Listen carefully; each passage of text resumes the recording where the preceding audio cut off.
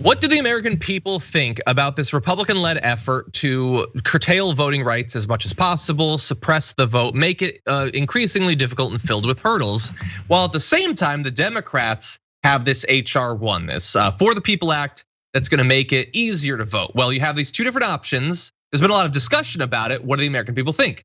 Well, the American people that are serving in the Republican Party, not big fans. 0 GOP lawmakers have so far backed it.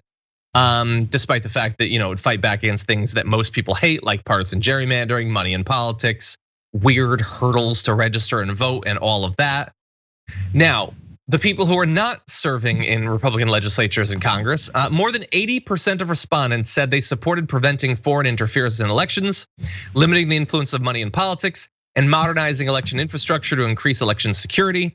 More than 60% of respondents supported requiring nonpartisan redistricting commissions, a 15-day early voting period for all federal elections, same-day registration for all eligible voters, automatic voter registration for all eligible voters, and giving every voter the option to vote by mail. So there are some things that people are not as supportive of. We will get to those. But for most of the core provisions of the For the People Act, there is overwhelming support. I don't know who the 10 to 20% of the country that's like, yeah, foreign powers should be able to interfere with our elections, but they are outnumbered. That's the good news, JR.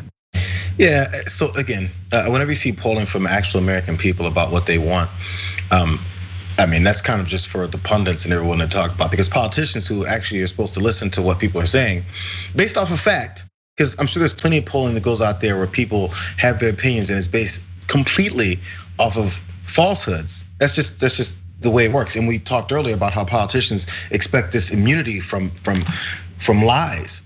So they'll tell the lies long enough that enough people believe that lie is the truth. And then we poll based off of it and say, oh, look, this many percentage of American people believe this lie. And it's considered to see as, hey, this many American people actually think this way for a good, valid reason, when really they don't. So on the other side, when people actually think a certain way because it's actually based in facts, they won't listen to them.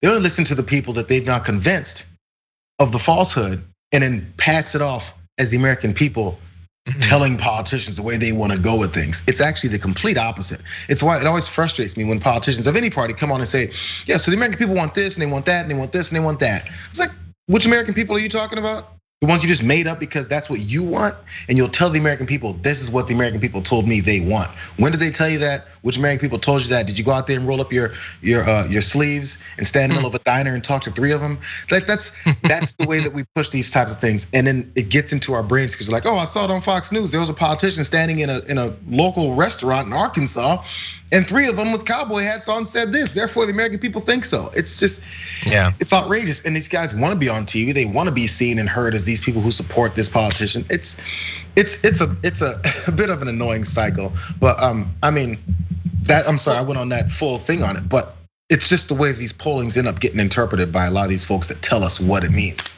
That's true.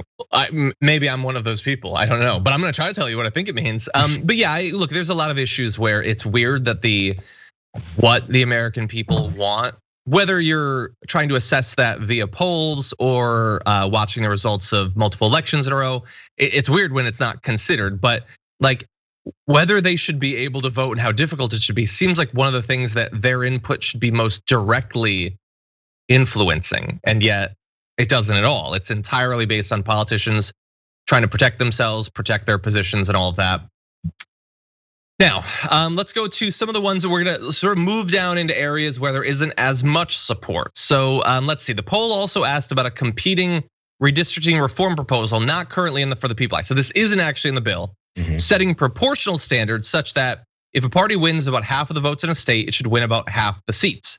This got less support than any of the other provisions above, but was still backed by 51% to 34% who say they oppose this.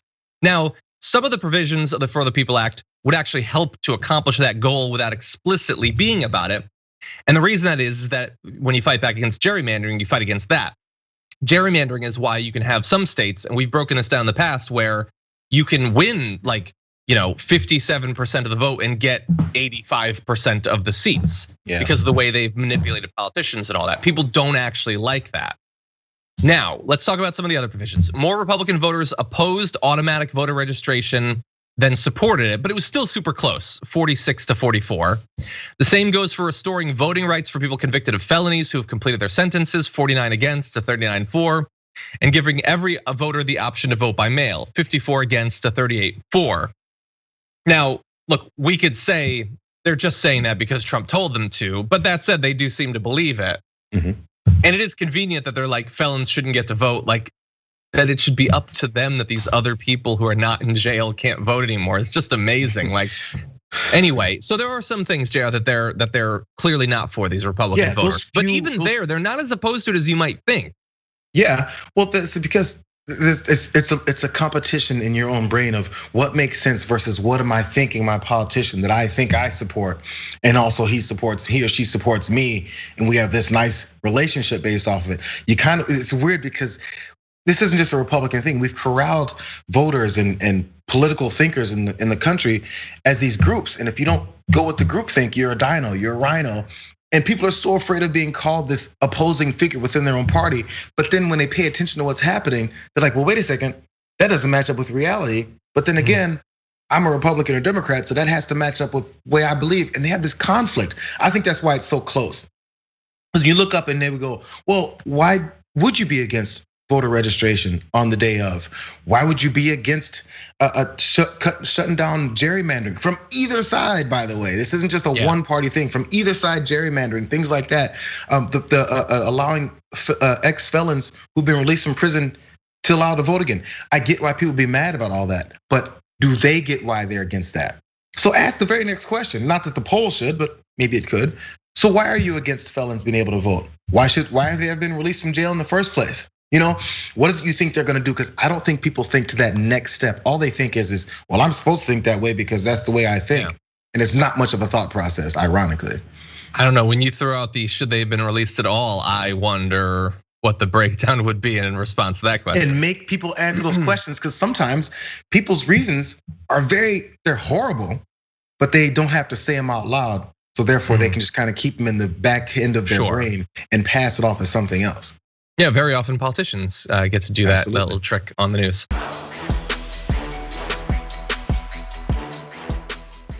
Check out the Damage Report podcast each day, wherever you get your podcasts, whether Pocket Casts or Stitcher or iTunes. You can join me as I give you the news and stories you want, with a range of co-hosts and interview guests jumping in on the fun each day. Again, that's the Damage Report, wherever you get your podcasts. And if you get them at iTunes, don't forget to rate and review. Sometimes I'll read them live on the show.